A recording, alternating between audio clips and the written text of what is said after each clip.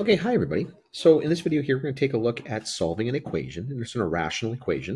And one of the first things that I would advise you to do when you get a question like this is to take a quick look at that denominator, particularly when it's in this form right now, where basically what I've got at this point is I've got a over b is equal to 0. Okay, so now one of the things that I want to do here is I want to make sure that I identify what values of the variable would make the denominator equal to 0, because I don't want that.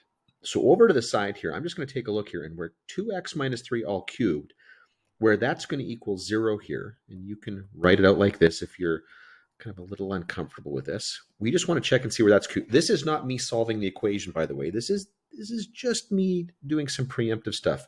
I'm going to take the cube root of both sides, and the cube root of 0 is just 0. Then I'm going to bring that 3 over. Then I'm going to divide by 2. And so what I get here is that if x is equal to 3 halves, then the denominator becomes 0, and I don't want that. So as a result, I know that I cannot allow x to be 3 halves. Now I'm going to come over to the actual equation. I'm going to solve it.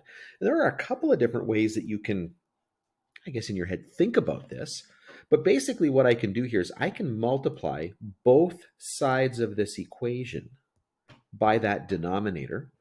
And so what happens on the left-hand side is that denominator simply cancels, and I'm left with negative 2x minus 3. And when I multiply 2x minus 3 cubed by 0, I just get 0. So there we go. So now I'm going to bring the constant over, so it's going to be negative 2x. I'm going to add 3 to both sides. And right there, everybody, if there's one thing really that you could do to make sure that you're doing this correctly here is just recognize that to bring that 3 over to the other side, I have to basically apply the opposite operation that I'm seeing. If you're seeing a negative 3 on that left-hand side, I have to add 3 to both sides. Okay, very, very common mistake to just simply subtract another 3 from the right-hand side here. Then what I'm going to do is I'm going to divide both sides by negative 2, and 3 divided by negative 2 is going to be negative 3 halves.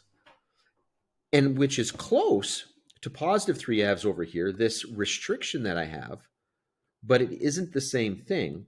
And so as a result, that works. My answer here is x is equal to negative 3 halves.